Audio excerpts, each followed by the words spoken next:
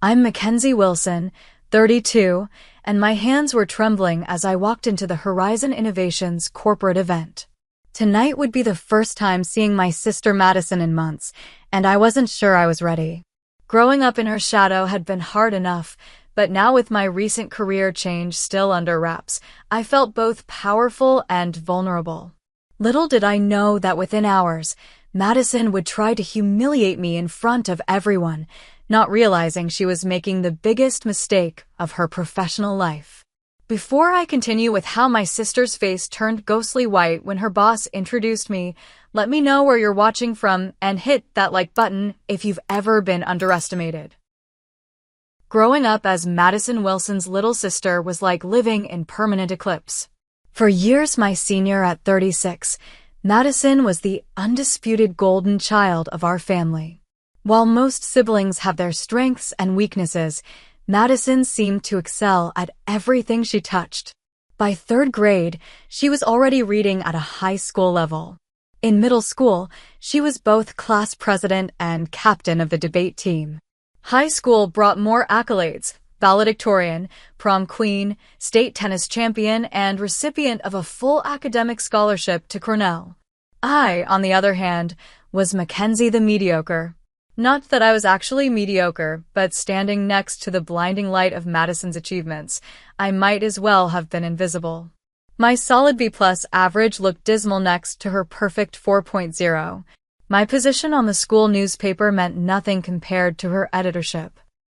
Even when I discovered my passion for computer programming and won a regional coding competition in 11th grade, my parents' response was lukewarm at best. "That's nice, honey," Mom had said, barely looking up from the college brochures Madison had spread across our kitchen table. "But don't you think you should focus more on your regular studies? Look at the opportunities Madison has because of her grades." Our parents never intentionally pitted us against each other, but they didn't have to. The constant comparisons happened naturally, and neither seemed aware of how their words affected me. Dad was particularly guilty, always introducing us as Madison, our Cornell graduate, and Mackenzie, our younger daughter, as if my entire identity was simply being born second. College only widened the gap between us. Madison graduated summa cum laude with a double major in economics and business administration. Within weeks, she had multiple job offers and accepted a position at North Star Financial, one of the most prestigious firms in the country. Her starting salary was more than our parents made combined, and they couldn't have been prouder. My college journey was more winding. I started at State University as a business major, trying to follow Madison's path, but quickly realized I was miserable. After a particularly rough semester, I dropped out, much to my parents' horror. 6 months later, I enrolled at a different school as a psychology major, only to switch to computer science after a year. It took me 5.5 years to graduate, and my ceremony was nothing like Madison's. "At least you finished," my mother had whispered, squeezing my hand as if consoling me for some terrible loss. Madison hadn't even attended, citing an important business meeting that couldn't be rescheduled. The early years of my career reflected my scattered education. I bounced between entry-level IT positions, never staying anywhere longer than 18 months. Madison, meanwhile, was climbing the corporate ladder at North Star with impressive speed. Each family gathering became an opportunity for her to highlight the contrast between us.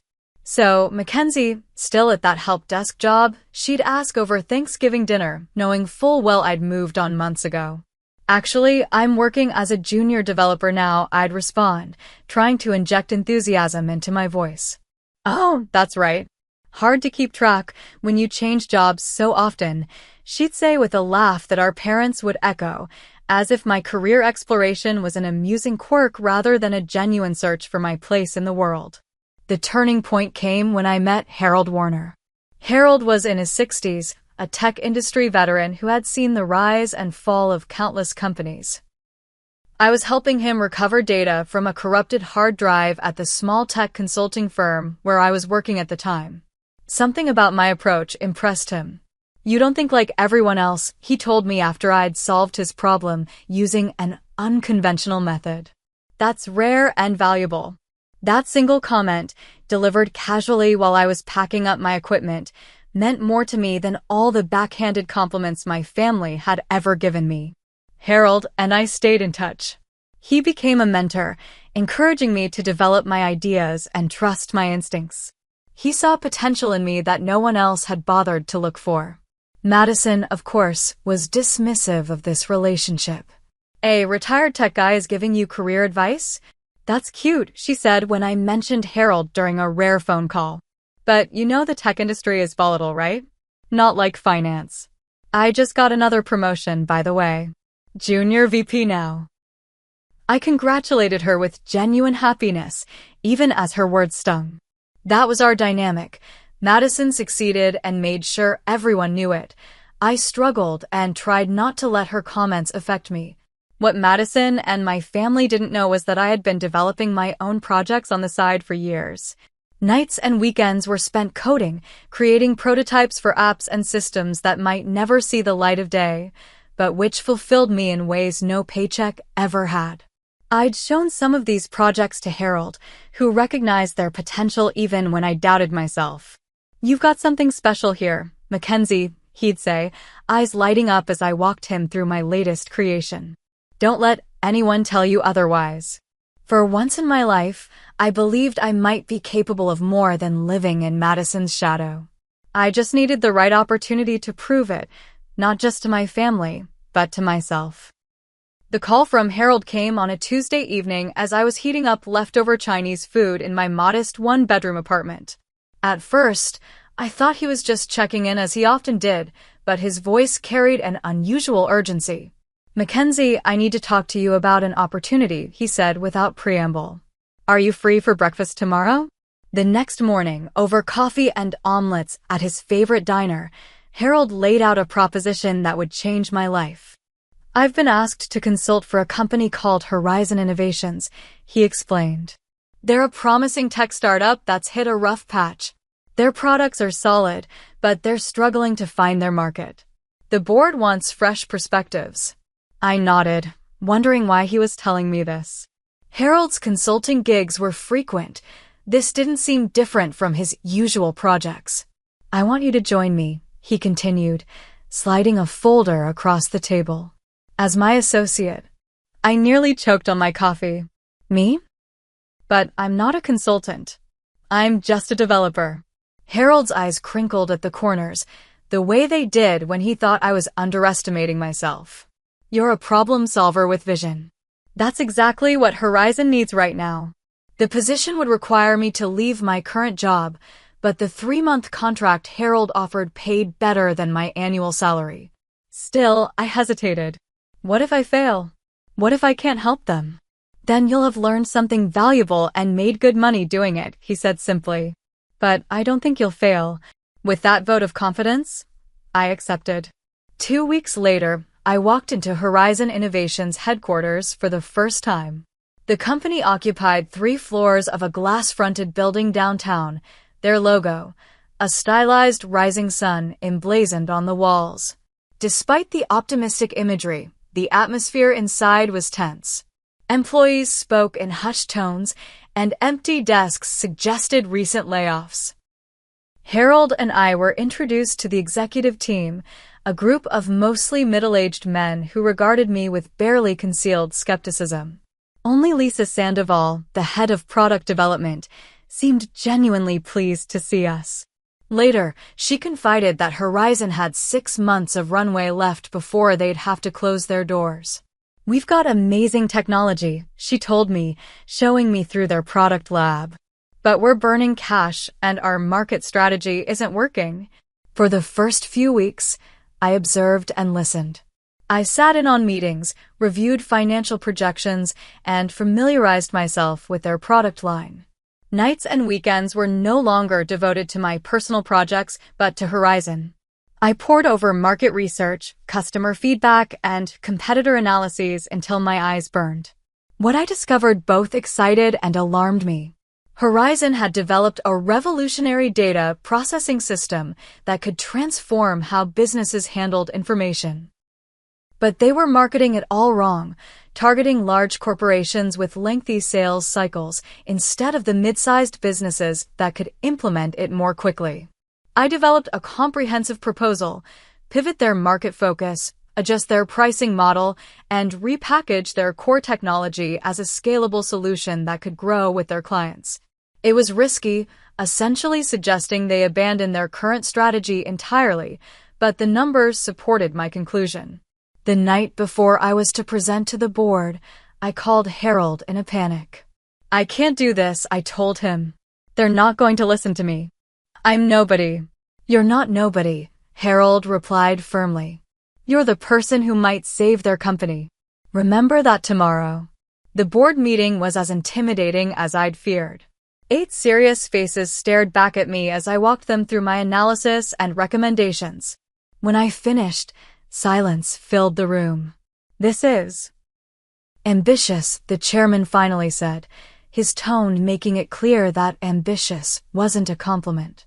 "It's also our best chance," Harold countered. "I've been in this industry for 40 years, and I'm telling you, Mackenzie's approach is sound." The debate lasted hours. Some board members were intrigued by my proposal, others dismissed it outright. In the end, they agreed to a compromise. I would lead a small team to implement my strategy with a limited product line. If it showed results within 2 months, they'd consider a full pivot. Those 2 months were the most intense of my professional life. I worked 16-hour days, collaborating with Lisa and a handful of dedicated employees who believed in the new direction. We rebuilt marketing materials, retrained sales staff, and personally reached out to potential clients in our new target market. The results came faster than anyone expected. By the 6-week mark, we'd closed more new business than Horizon had seen in the previous 6 months. By the end of the trial period, revenue had increased by 40%, and the company had a clear path to profitability. The board was impressed enough to fully implement my strategy and offered me a permanent position as Chief Strategy Officer. I accepted, simultaneously thrilled and terrified by the responsibility. What happened next, though, I never could have anticipated. 3 months into my new role, Harold announced he was stepping down from his position as interim CEO, which he'd taken on during the crisis period. "The company's stable now," he told me privately. "It needs someone with vision to lead it forward." "Who are they bringing in?" I asked, already dreading working under a new CEO who might dismantle everything we'd built. Harold smiled that knowing smile of his. "They're not bringing anyone in. They're promoting from within." He placed his hands on my shoulders. "They're asking you, Mackenzie." I laughed, certain he was joking, but Harold's expression remained serious. "Me? CEO? But I've only been here for 5 months. And in those 5 months, you've saved the company and positioned it for growth." The board unanimously agreed. "They want you to lead Horizon into its next chapter." The private ceremony where I accepted the position was small, just the board members, Harold, and a few key executives. As the chairman handed me a small golden pin with the Horizon logo, he said something I'll never forget. "Sometimes the most unlikely leaders turn out to be exactly what an organization needs." I decided to keep my new position quiet from my family, at least temporarily. It wasn't about creating a dramatic reveal. I simply wanted to settle into the role and prove to myself that I deserved it before facing the inevitable skepticism from Madison and my parents. "You should tell them," my best friend Emma insisted when we met for drinks to celebrate my promotion. "Your sister would finally have to acknowledge your success." "That's exactly why I'm not telling them yet," I replied. "I don't want this to be about Madison or her acknowledgement. I want to know I can do this job well, regardless of what my family thinks." Emma shook her head but didn't press further. Instead, she raised her glass. "To Mackenzie Wilson, secret CEO extraordinaire." I clinked my glass against hers, still unable to fully believe this was my life now. I keep waiting for someone to realize they've made a terrible mistake. Classic imposter syndrome, Emma diagnosed with a grin. You'd better get over it fast. CEOs need to project confidence. She was right, of course. And over the next few weeks, I grew more comfortable in my new role. The executive team respected my decisions, employees responded positively to my leadership style, and our business continued to expand. Then came the news that would set the stage for my eventual confrontation with Madison. North Star Financial, where my sister worked as junior VP, was exploring the possibility of acquiring smaller tech companies to diversify their portfolio. Horizon Innovations was on their list of potential acquisitions. The board was intrigued by the possibility. A partnership with North Star could provide the capital we needed for faster expansion. I was less enthusiastic, concerned about maintaining our company culture and independence, but agreed we should at least entertain the discussion. Which is how I found myself invited to a private industry event where representatives from both companies would have the opportunity to meet informally before any official negotiations began. An event where, inevitably, I would come face to face with Madison for the first time since becoming CEO. Are you going to tell her beforehand? Emma asked when I called her in a panic. No, I decided after a moment's thought. If I tell her now, she'll think I'm trying to impress her. I'd rather just show up and do my job. This is going to be interesting, Emma said, and I could hear the smile in her voice. Promise you'll call me right after with all the details. Assuming I survived the experience, I replied, only half joking. As I hung up, I tried to calm my racing thoughts. After years of living in Madison's shadow, I was about to step into the light as her professional equal or even superior. The thought was both terrifying and exhilarating. The evening of the networking event arrived faster than I'd anticipated. I stood in front of my closet, second-guessing my outfit choice for the 20th time. In the past, I'd always felt underdressed next to Madison's polished designer wardrobe. Tonight needed to be different. I finally settled on a tailored charcoal suit with subtle pinstripes and a silk blouse in Horizon's signature deep blue. Professional but not flashy, authoritative without trying too hard. I applied minimal makeup, swept my hair into a sleek low bun, and added the small golden Horizon pin to my lapel. Looking in the mirror, I barely recognized myself. The nervous younger sister was gone, replaced by someone who looked capable. In charge. You've earned this, I told my reflection, repeating the mantra Harold had suggested whenever my confidence wavered. The event was being held at the Grand, a luxury hotel downtown known for hosting exclusive corporate gatherings. As my driver pulled up to the entrance, I took a deep breath, straightened my shoulders, and stepped out into the cool evening air. Inside, the hotel's ballroom had been transformed into an elegant networking space. Clusters of leather armchairs created intimate conversation areas, while a central bar and buffet encouraged mingling. I recognized some faces from industry events and a few of my own executives who had arrived earlier. I decided to observe for a while before making my presence known. Moving to a quiet corner with a glass of sparkling water, I watched the dynamics unfold. The North Star contingent was easy to spot. They traveled in tight groups, exuding the particular confidence of people accustomed to being the most powerful in any room. Have you seen the Horizon CEO yet? I overheard one man ask another. I heard they recently appointed someone new, but information's been surprisingly tight-lipped. Probably some tech veteran they brought in to make the company attractive for acquisition, his companion replied with a dismissive wave. These startups always do that when they're looking to sell. I smiled to myself, amused by how wrong they were. I was about to move on when a familiar voice cut through the ambient chatter like a knife. Jake. Elizabeth. So good to see you both. Madison. My sister looked exactly as I remembered, perhaps even more polished. Her blonde hair was cut in a sleek bob that emphasized her sharp cheekbones, and her navy blue dress screamed expensive confidence. She was working the room with practiced ease, shaking hands and laughing at just the right moments. I watched her for a few minutes, delaying our inevitable encounter. Madison had always thrived in these settings, while I typically counted the minutes until I could escape. Another difference between us that our parents had noted frequently. Finally, deciding I couldn't avoid her all night, I set down my glass and made my way toward her. Madison spotted me when I was about 10 feet away.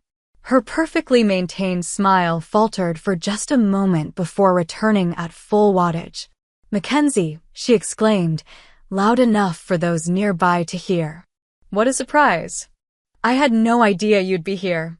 The subtle emphasis on "you" communicated her real question. What was I doing at an exclusive industry event? "Madison," I replied, keeping my voice even as I leaned in for the obligatory air kiss. "It's been a while." "Too long," she agreed insincerely. "Let me introduce you. This is Lawrence Fletcher, my boss and senior VP at Northstar. Lawrence, this is my baby sister, Mackenzie." Lawrence, a distinguished-looking man in his 50s, extended his hand. "A pleasure to meet you, Mackenzie.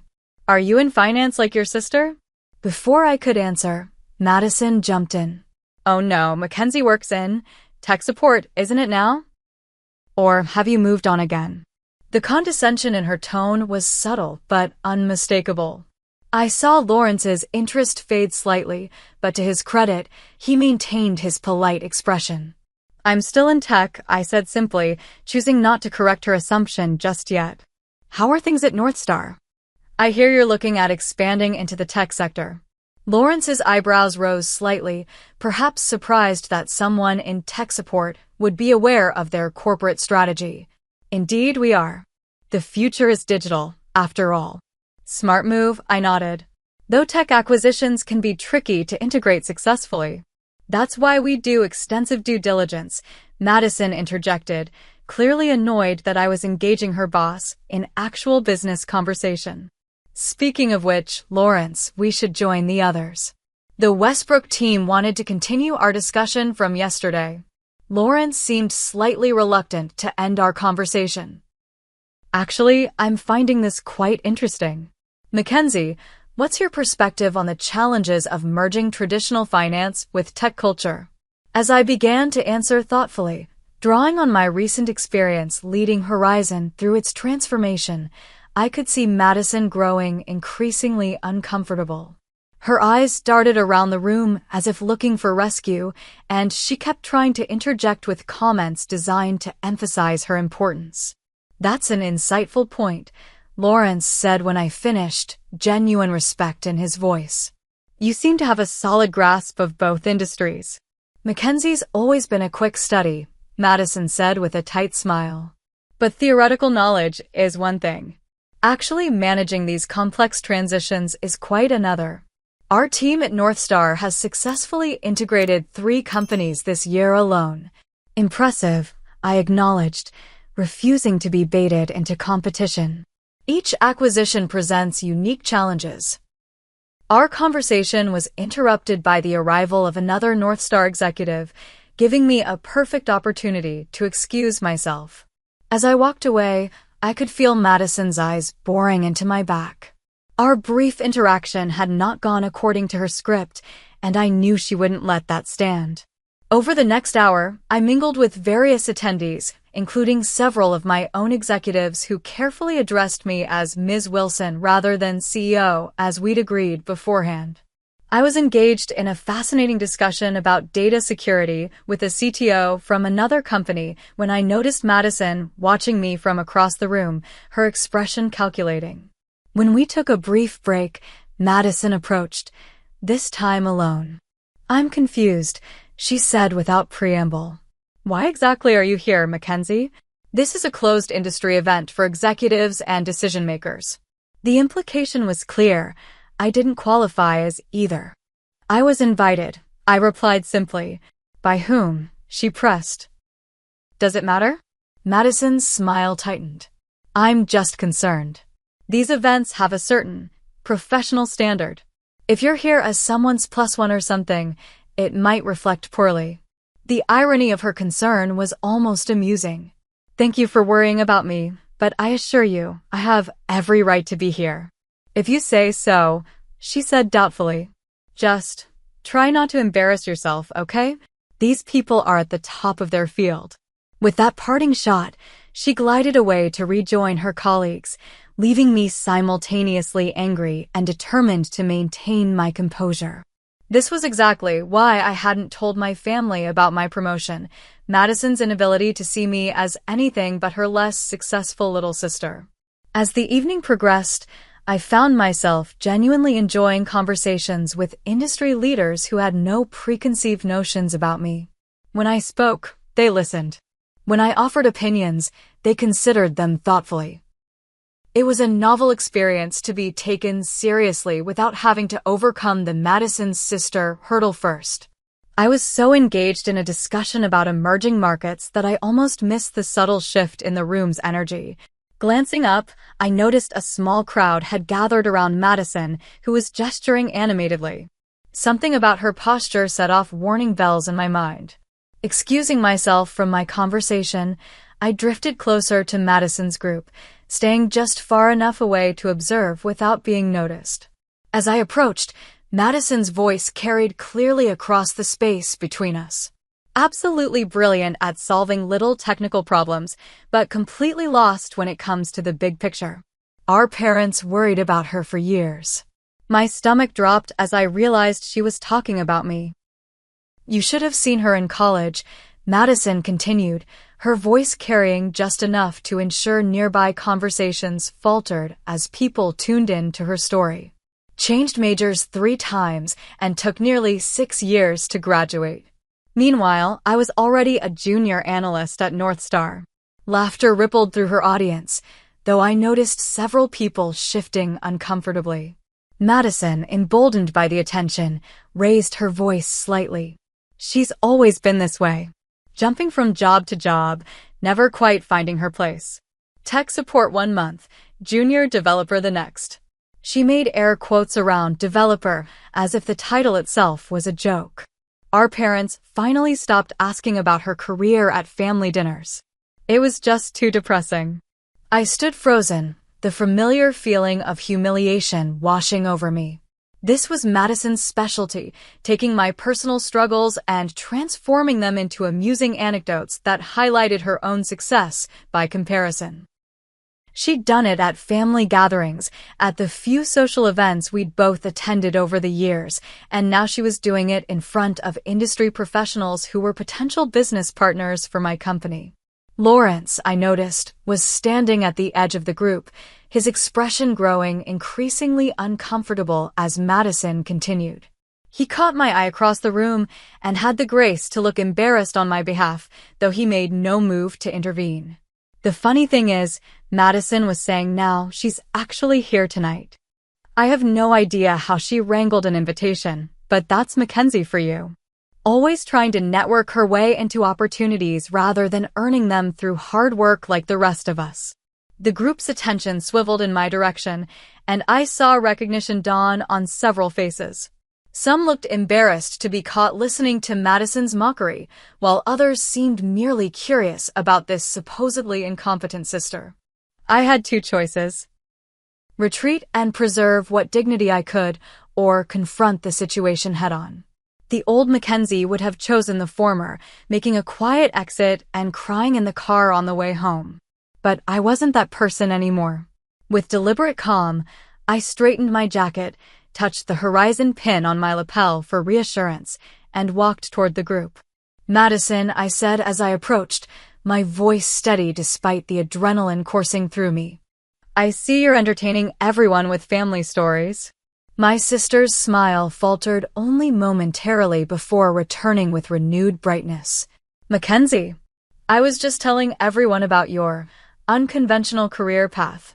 "Yes, I heard," I replied evenly. "Though I think you may have missed some recent developments." "Oh!" Madison laughed lightly. "Did you change jobs again?" It's so hard to keep track. I could see Lawrence wincing at her tone, but Madison, caught up in her performance, didn't notice. "Actually, I've been with the same company for nearly a year now," I said.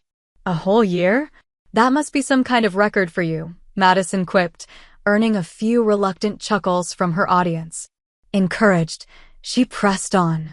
What exactly are you doing there? Still fixing computers when they break. Something like that, I answered vaguely, unwilling to reveal my position just yet. I wanted to see how far Madison would go. I didn't have to wait long. Let me guess, Madison said, her voice taking on a sharper edge. You're here tonight hoping to make some connections. Maybe find your next job when this one inevitably doesn't work out. That's always been your pattern, hasn't it? Drifting from one thing to the next, never quite measuring up. The room had grown quieter, more people tuning into our exchange. I remained silent, letting Madison dig herself deeper. It must be exhausting, she continued, constantly trying to reinvent yourself. Always the irrelevant little sister, always playing catch-up. A few people in the crowd were now openly uncomfortable, exchanging glances or finding sudden interest in their drinks.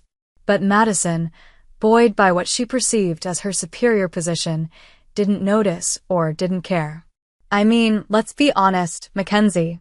You're what, 32 now? And what do you have to show for it? No stable career, no professional accomplishments worth mentioning. Even mom and dad have given up hoping you'll find your way. Each word struck like a physical blow, not because they were true, but because they revealed how little Madison thought of me, how little she knew about who I'd become. In her mind, I was perpetually the confused, underachieving younger sister, a convenient foil to her own success story. You know what's truly pathetic? Madison asked, her voice dropping to a mock confidential tone that nonetheless carried clearly. You showing up at an event like this, surrounded by actual executives and decision-makers, pretending you belong. These people run companies, Mackenzie. They shape industries. What could you possibly contribute to conversations like that? Lawrence cleared his throat loudly, clearly attempting to signal Madison to stop, but she was too caught up in her monologue to notice. I mean, look around. She gestured expansively. Everyone here has earned their place through hard work and talent. They're not lost souls hoping to network their way into relevance. The silence that followed her statement was deafening. I could feel dozens of eyes on me, waiting for my response. In that moment, memories of similar humiliations flashed through my mind. Madison belittling my science fair project in front of my teachers, Madison interrupting my stories at Thanksgiving dinner to correct inaccuracies, Madison explaining to my college friends why I'd changed majors yet again. But this time was different. This time, I wasn't the person Madison thought I was. This time, I had nothing to prove to her or anyone else. I was about to respond when Lawrence stepped forward, his expression a mixture of embarrassment and stern authority. He placed a hand on Madison's shoulder, effectively silencing her. Madison, he said quietly but firmly, I think that's enough. Madison turned to him with a confident smile, clearly expecting support. I'm just filling everyone in on some background. Family context, you know. Lawrence's next words changed everything. Madison, that's enough, Lawrence repeated, his voice carrying clearly in the now silent room. That's our CEO you're talking about. For a moment, it seemed as if time had stopped. Madison's expression froze mid-smile, her eyes widening as Lawrence's words sank in. She turned back to me, disbelief written across her features. What? The word came out as barely more than a whisper. Mackenzie Wilson, Lawrence continued, turning to address the gathered crowd, is the CEO of Horizon Innovations, the company Northstar has been so eager to discuss potential partnerships with. The silence in the room gave way to a soft murmur as people processed this information. I watched emotions flicker across Madison's face in rapid succession, confusion, disbelief, embarrassment, and finally, a dawning horror as she realized what she'd done. That's not possible, Madison stammered, her composure cracking. She's just. She trailed off, unable to reconcile her perception of me with this new reality. I stepped forward then, my initial anger giving way to a strange calm. This moment wasn't about humiliating Madison as she had tried to humiliate me. It was about finally claiming my own identity, separate from hers. I was appointed CEO of Horizon Innovations 6 months ago, I said, addressing not just Madison, but the entire room. Before that, I served as Chief Strategy Officer, helping to implement a comprehensive restructuring that increased our revenue by 40% and positioned us for sustainable growth. Madison's face had gone pale, her usual confident demeanor completely shattered. She opened her mouth as if to speak, then closed it again, seemingly at a loss for words. Lawrence, to his credit, attempted to smooth over the awkward situation. MS. Wilson has been instrumental in transforming Horizon into exactly the kind of innovative, agile company Northstar is interested in partnering with, he said, giving Madison a pointed look that clearly communicated she had made a grave professional error. I didn't know, Madison finally managed, her voice small. Then, with visible effort, she attempted to recover. I was just joking, of course. Sister humor. Mackenzie knows I'm her biggest supporter. The transparent attempt to reframe her previous comments fell flat. Several people in the crowd exchanged knowing glances, and I could see the damage control already beginning in Madison's mind. Rather than dwelling on her discomfort, I decided to redirect the conversation to the reason we were all there. Stepping into the center of the group, I addressed the assembled executives with newfound confidence. Since we're all here, I'd like to take a moment to share Horizon's vision for the future of data management in financial services. Our proprietary processing system has applications that could transform how firms like Northstar handle client information. As I launched into a brief but compelling overview of our technology, I could see respect dawning in the eyes of those listening. They were no longer seeing me as Madison's awkward little sister, but as a knowledgeable industry leader with valuable insights. Lawrence nodded appreciatively as I spoke, occasionally asking intelligent questions that allowed me to highlight our company's strengths. Madison remained silent throughout, her expression fluctuating between shock and mortification. When I finished my impromptu presentation, several executives approached with business cards and requests for follow-up meetings. Lawrence was particularly enthusiastic, pulling me aside to express his personal interest in exploring collaboration opportunities. I'm impressed, he said quietly. Not just with your company, but with how you handled that uncomfortable situation. Lesser leaders might have responded differently. Professional courtesy is important, I replied, glancing briefly at Madison, who was now standing alone by the bar, downing what appeared to be a stiff drink. Especially when considering potential business relationships. Lawrence nodded, understanding my meaning. For what it's worth, that kind of behavior is not representative of Northstar's professional standards. I'll be addressing it privately. I thanked him for his candor, exchanged contact information, and promised to have my team follow up with his to schedule formal discussions. As he walked away, I felt a weight lifting from my shoulders. For perhaps the first time in my adult life, I had been seen and evaluated on my own merits, not as an extension or comparison to Madison. The rest of the evening passed in a blur of introductions and conversations. Industry leaders who had previously ignored me now sought me out. Business cards accumulated in my pocket, and potential opportunities for Horizon multiplied with each discussion. Madison made one attempt to approach me, her expression a forced mixture of contrition and sisterly affection. Mackenzie, can we talk for a moment? Privately. I think we've both said enough for one evening, I replied, not unkindly but firmly. We can discuss family matters another time. Tonight, I'm here as Horizon's CEO. She flinched slightly at the rejection but nodded, seeming to understand that she had crossed a line that couldn't be easily walked back. Of course, another time. As the event began winding down, I found myself in a final conversation with Lisa Sandoval, my head of product development, who had witnessed the entire confrontation with Madison. That was something else, she whispered as we gathered our things to leave. Are you okay?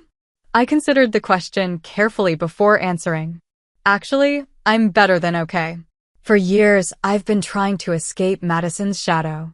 Tonight, I finally stepped into my own light. Lisa smiled.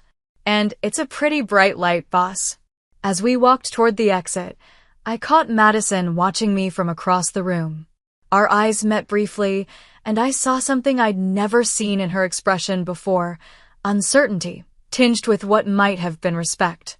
I gave her a small nod before turning away, knowing that whatever happened next between us, our relationship had fundamentally changed. In the car ride home, I finally allowed myself to process the emotional roller coaster of the evening. There was no triumph in Madison's humiliation. That wasn't what I had wanted. But there was undeniable satisfaction in finally being recognized for my own accomplishments in my own right. As promised, I called Emma the moment I got home, despite the late hour. "You will not believe what just happened," I began, kicking off my heels and sinking onto my couch. "Try me," she replied, and I could hear the smile in her voice. The morning after the networking event, I woke to a barrage of notifications on my phone. Word had spread quickly through industry channels about the confrontation between Madison and me, with varying degrees of accuracy. My PR director had already sent 3 increasingly urgent messages requesting guidance on how to handle the situation. I sent a brief reply: business as usual. No comments on personal matters. The last thing I wanted was to fuel gossip or create the impression that I defined myself in opposition to my sister. Horizon's success and my leadership would speak for themselves without needing to address family drama. As I was getting ready for work, my phone rang. Madison's name flashed on the screen. I hesitated before answering, unsure if I was ready for this conversation. "Hello, Madison," I said, keeping my voice neutral. "Mackenzie." She sounded different, subdued, uncertain. "I think we need to talk about last night." "I agree," I replied, sitting on the edge of my bed. "That wasn't how I wanted you to find out." A pause, then, "Why didn't you tell me?" "Or Mom and Dad? 6 months as a CEO, and you didn't think to mention it to your family." The accusatory tone was creeping back into her voice, but underlying it was genuine hurt. For the first time, I considered how my secrecy must have looked from her perspective. "I needed time," I explained. "Time to grow into the role, to prove to myself that I deserved it." "And honestly, Madison, would you have believed me if I'd told you?" Another silence, longer this time. "I don't know," she finally admitted. It's not what I expected from you." "That's part of the problem," I said gently. "You've had a very fixed idea of who I am for a long time." "We both have." I heard her exhale slowly. "Lawrence called me into his office first thing this morning. He was not happy about how I represented North Star last night." "I'm sorry about that," I said, and meant it. Whatever our personal issues, I never wanted to jeopardize Madison's career. "Don't be," she replied with a short, humorless laugh. "I deserved it." He said I demonstrated poor judgment and unprofessional behavior. "He's removing me from the Horizon acquisition team." This news surprised me. "Madison, I can call him." "Explain that it was a personal." "No," she cut me off. "Don't." "He's right. I let personal feelings affect a business situation. That's exactly what we're trained not to do." A pause. "Besides, it would be a conflict of interest now, given our relationship." The word relationship hung between us. For so long, our relationship had been defined by competition and comparison. Could we build something different now? "Mom and Dad called," Madison continued. "Someone they know was at the event and told them what happened. They want us both to come to dinner this weekend. To talk." I grimaced, imagining the awkwardness of that conversation. "Are you going?" "I think we should," Madison said, surprising me again. "They deserve to hear about your success directly from you, not through the grapevine." I agreed, and we made tentative plans to meet at our parents' house on Sunday. As we were about to hang up, Madison added, "For what it's worth, Mackenzie, what you've accomplished is impressive." I shouldn't have needed Lawrence to tell me that for it to register. It wasn't quite an apology, but from Madison, it was significant. Thank you, I replied. That means a lot. The call ended, leaving me with mixed feelings. The conversation had gone better than expected, but years of complicated history couldn't be resolved in one phone call. At least it was a start. At the office, I found my team buzzing with energy. News of our potential partnership with Northstar had everyone excited about Horizon's future prospects. Lisa caught me in the hallway on my way to my office. We've already received calls from 2 other financial institutions interested in our technology, she reported excitedly. Your presentation last night made quite an impression. Good, I smiled. Set up meetings with both. And Lisa? Thank you for your support last night. It meant a lot. She squeezed my arm gently. That's what teams do. We have your back. Later that morning, I received an email from Lawrence Fletcher requesting a private meeting to discuss the partnership potential between our companies. His message made no mention of Madison or the previous night's events, maintaining strictly professional language. I appreciated his discretion. I was responding to his email when Harold called. I hear you had quite an evening, he said without preamble. News travels fast, I sighed. It wasn't how I planned to reveal my position to my sister. Sometimes the universe has its own timeline, Harold replied philosophically. Are you all right? I am, I realized, somewhat surprised by the truth of it. Actually, I feel lighter. Like I've finally stepped out of a shadow I've been carrying for years. Good, Harold said. Because now comes the hard part. What's that? Deciding whether a partnership with Northstar is actually the right move for Horizon, regardless of personal complications. He was right, of course. The confrontation with Madison had overshadowed the actual business purpose of the event. Now I needed to evaluate the potential partnership on its merits alone. I've scheduled a meeting with the executive team for tomorrow, I told him. We'll review all options objectively before proceeding. That's my girl, Harold said proudly. Always the strategist. After we hung up, I spent the afternoon reviewing our company financials and growth projections.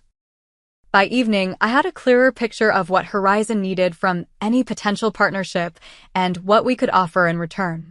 Sunday arrived more quickly than I would have liked. I found myself sitting in my car outside my parents' suburban home, gathering courage to go inside. Madison's sleek black Mercedes was already in the driveway. The family dinner was initially as awkward as I'd feared. My mother fussed nervously with the food, while my father alternated between uncomfortable silence and forced cheerfulness. Madison was subdued, offering polite comments about the meal but avoiding any substantial conversation. Finally, over dessert, my father cleared his throat. So, he began, I understand congratulations are in order, Mackenzie. Thank you, I replied, meeting his gaze steadily. I was appointed CEO of Horizon Innovations 6 months ago. 6 months? My mother exclaimed. And you didn't tell us? I wanted to establish myself first, I explained, repeating what I'd told Madison. The company was going through significant changes, and I needed to focus on leading that transformation. Still, my mother persisted, we're your family. We should have been the first to know. Madison, surprisingly, came to my defense. I think I understand why Mackenzie kept it quiet, she said, setting down her fork. Our family has a certain dynamic. My parents looked confused. What do you mean? My father asked. Madison glanced at me before continuing. We've always had defined roles in this family. I was the achiever, the successful one. Mackenzie was. She hesitated. The perpetual work in progress, I finished for her. That's not fair, my mother protested, but her tone lacked conviction. Isn't it? I asked gently. When I dropped out of college, Dad, you told me I should try to be more like Madison. When I changed careers for the 3rd time, Mom, you asked if I'd ever find my place like Madison did. My parents exchanged uncomfortable glances, recognition dawning in their expressions. We never meant to compare you, my father said eventually. We just wanted you to be successful. And in your minds, success looked like Madison's path, I pointed out. But that wasn't my path. It took me longer to find my way, but I did find it. On my own terms. Madison had been quiet, watching this exchange. Now she spoke up. I owe you an apology, Mackenzie. Multiple apologies, actually. I've been unkind, competitive in ways that weren't healthy for either of us. The admission clearly cost her, and I appreciated her willingness to make it in front of our parents. I wasn't blameless either, I acknowledged. I resented your success instead of finding my own definition of it. My mother wiped away tears. I had no idea you felt this way, either of you. We never wanted to create this competition between you. It wasn't intentional, I assured her. But it was real. And now we have a chance to change it. The conversation that followed was one of the most honest our family had ever had. My parents expressed genuine interest in my work at Horizon, asking thoughtful questions about my leadership approach and vision for the company. Madison shared some of her own insecurities, how her rapid rise at North Star had created intense pressure to maintain a perfect image, contributing to her competitive behavior. By the time we left that evening, something had shifted in our family dynamic. It wasn't perfect, and years of established patterns wouldn't change overnight, but we had made a start. In the driveway, Madison stopped me before I got into my car. I meant what I said in there. I am sorry for how I've treated you, especially at the networking event. I know, I said, and I accept your apology. She hesitated, then asked, will this affect your decision about the partnership with North Star? I appreciated her directness. No. That decision will be based on what's best for Horizon, nothing else. Madison nodded, seeming relieved. That's fair. For what it's worth, I think there's potential for both companies to benefit, regardless of our personal history. I agree, I replied, which is why I've scheduled a meeting with Lawrence for next week to discuss specific terms. She looked surprised. You have? Business is business, I said with a small smile. And apparently, I'm pretty good at it. For the first time in perhaps our entire adult lives, Madison looked at me with genuine respect. Yes, she said simply. You are. The following week brought another surprising development. Lawrence called personally to inform me that he wanted to restructure the potential partnership between our companies. I've been thinking about our conversation at the event, he explained. Your approach to data management could transform our entire operation. Rather than acquisition, I'd like to propose a strategic alliance. Horizon would remain independent, but we'd integrate your systems across our platform. It was exactly the kind of partnership I had hoped for, one that would provide Horizon with North Star's resources and reach while preserving our autonomy and culture. I'm definitely interested, I told him. Have your team send over the details, and we'll set up a formal meeting. Excellent, Lawrence replied. And Mackenzie? I've been restructuring our tech division leadership. We need someone who truly understands both finance and technology to head the integration on our side. I immediately knew where he was going with this. Madison would be excellent in that role. You think so? He asked, sounding surprised. After everything that happened? Madison is intelligent, detail-oriented, and knows North Star's operations inside out, I said. Our personal history aside, she would be an asset to the project. There was a pause before Lawrence responded. That's remarkably generous of you. It's not generosity, I corrected him. It's good business. After we hung up, I called Emma to update her on all the developments. So let me get this straight, she said when I finished. Your sister publicly humiliated you, but now you're possibly going into business with her company and even recommended her for a position that would have you working together? Life is complicated, I replied with a laugh. No kidding, Emma said. Just promise me one thing. What's that?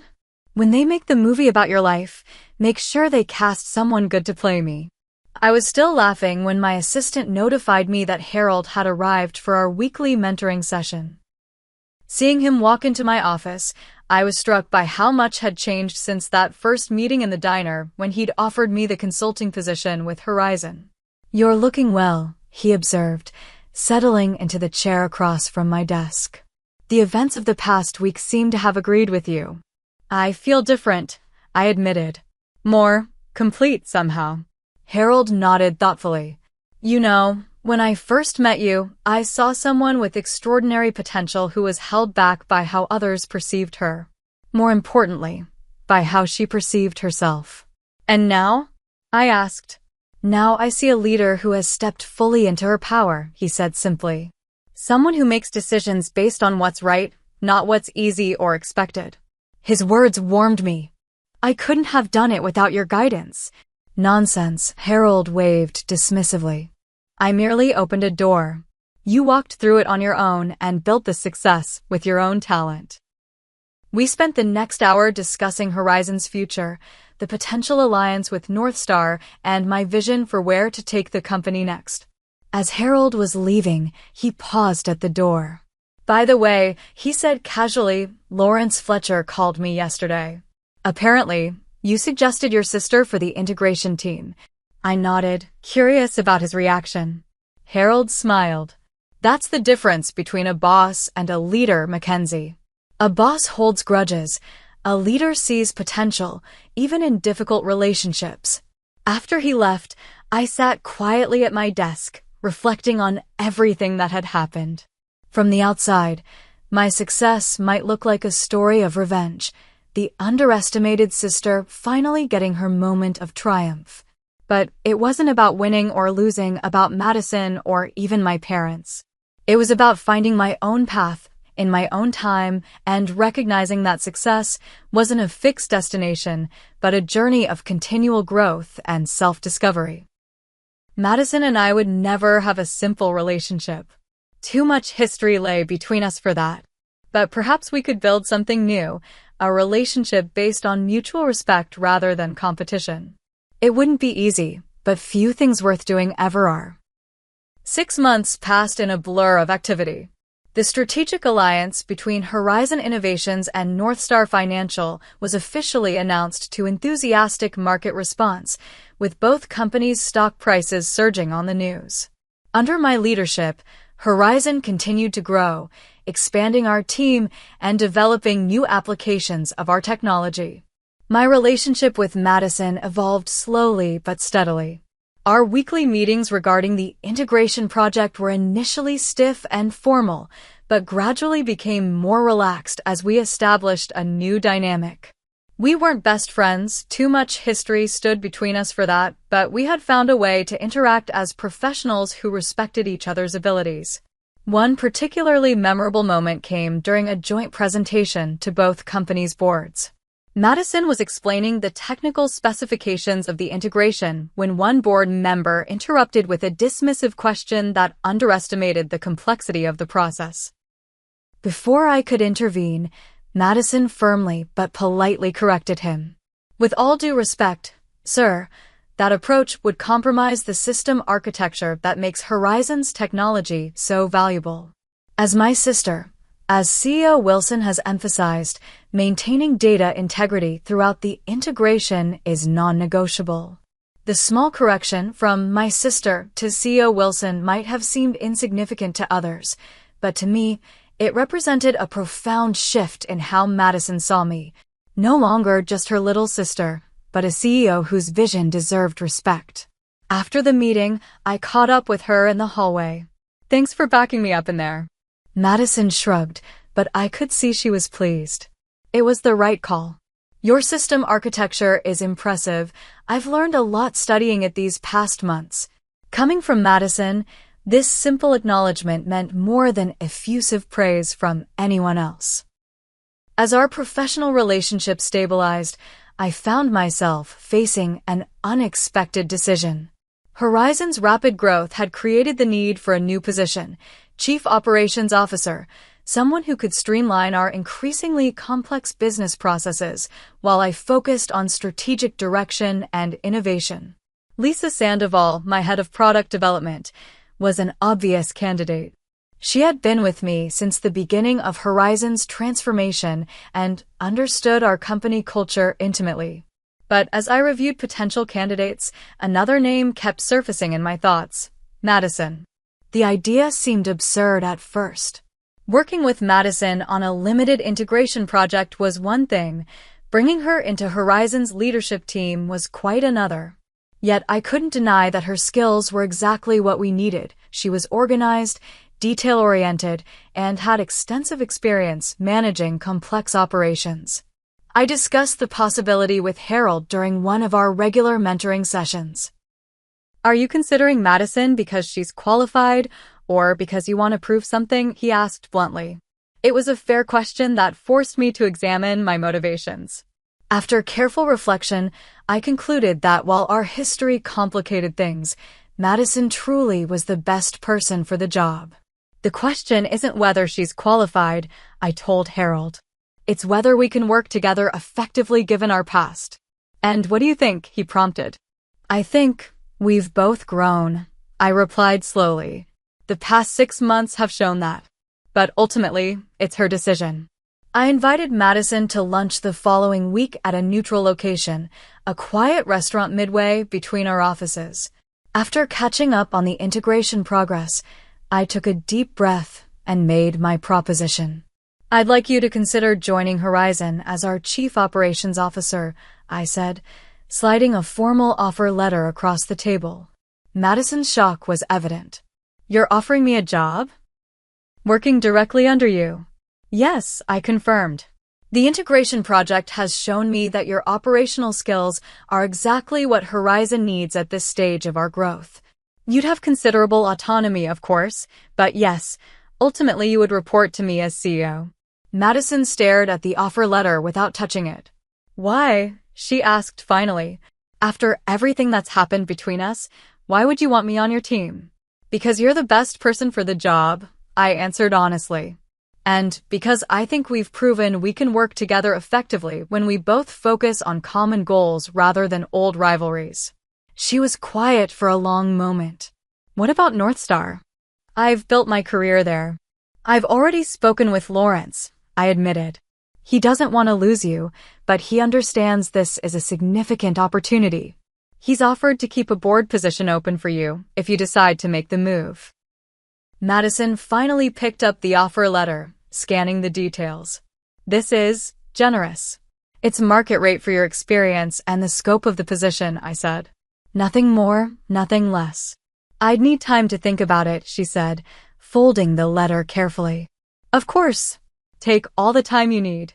We finished lunch discussing lighter topics, but I could see Madison's mind working, weighing possibilities and implications.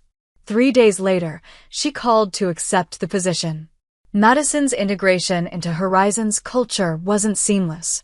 Some employees were wary, having heard rumors about our confrontation at the networking event. Others questioned whether her appointment was due to nepotism rather than merit. Madison faced these challenges with more grace than I might have expected, working diligently to prove her value through actions rather than words. For my part, I made it clear to the entire organization that Madison had been hired for her skills, not her relationship to me. I established transparent boundaries and expectations, ensuring that our professional interactions were visible and accountable to the executive team. Slowly but surely, the awkwardness faded. Madison's operational expertise began to show results as our processes became more efficient and scalable. Team members who had initially been skeptical came to appreciate her attention to detail and commitment to excellence. Our parents were thrilled by this development, naturally interpreting it as a sign that all family tensions were resolved. The reality was more nuanced. Madison and I were building a new relationship based on professional respect, but the personal wounds of our childhood rivalry couldn't be healed overnight. The breakthrough in our personal relationship came unexpectedly during a late night at the office. We were both working on quarterly projections, the rest of the building silent and empty around us.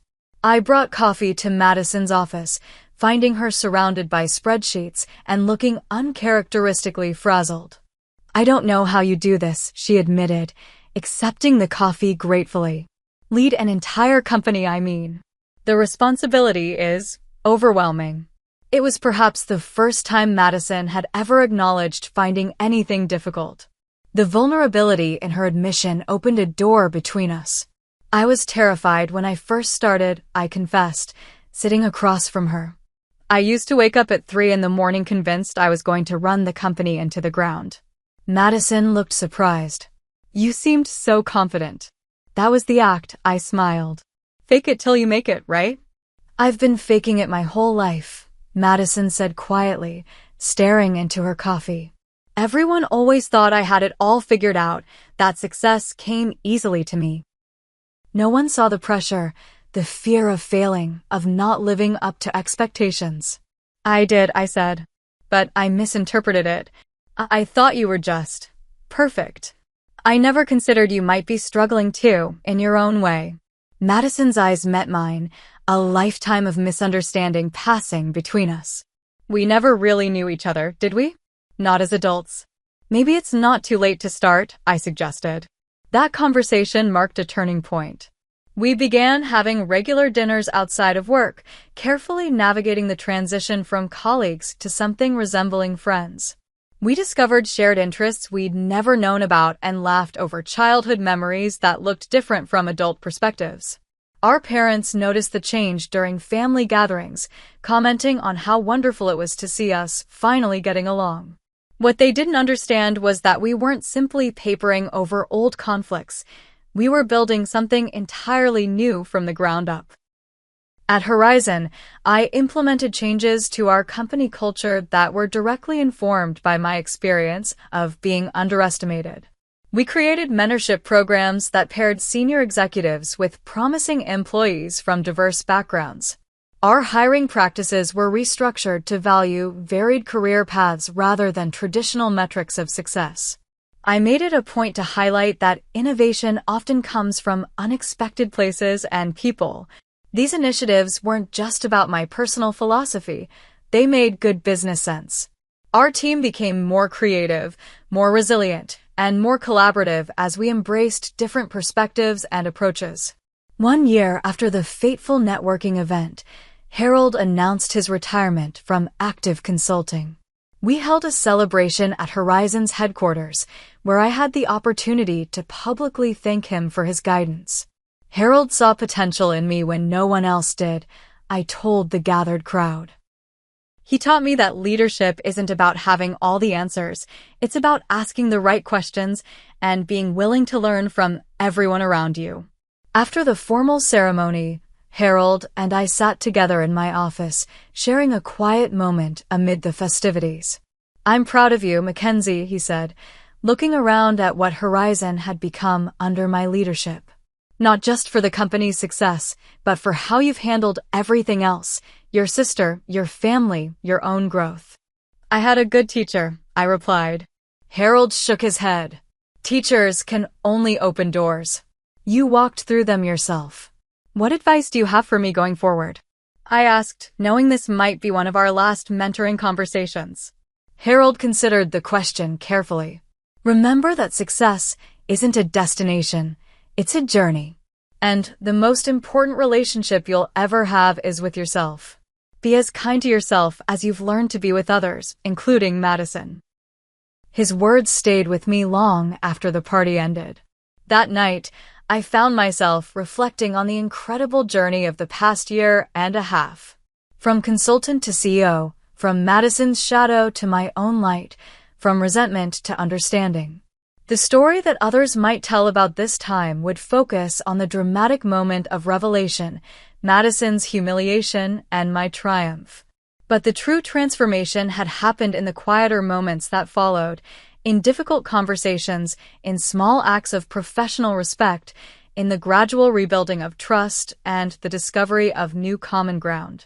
Success, I had learned, wasn't defined by titles or salaries or even moments of public vindication.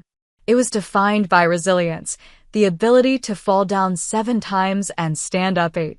It was defined by growth, the willingness to evolve beyond old patterns and perceptions. Most importantly, It was defined by authenticity. The courage to follow your own path, even when others couldn't see where it was leading. Madison and I would never have a simple relationship. The dynamics formed in childhood had shaped us both too profoundly for that. But we had found a way forward based on mutual respect and understanding. Not as competitors, but as two women with different strengths, different journeys, and, finally, different definitions of success. Have you ever been underestimated by someone close to you? How did you handle it? I'd love to hear your stories in the comments below. And if this story resonated with you, please hit that like button and subscribe for more real-life experiences. Remember, sometimes the people who don't believe in you are the ones who inspire you to prove yourself, not to them, but to yourself. Thank you for listening, and may you always find the courage to follow your own path, regardless of who understands it.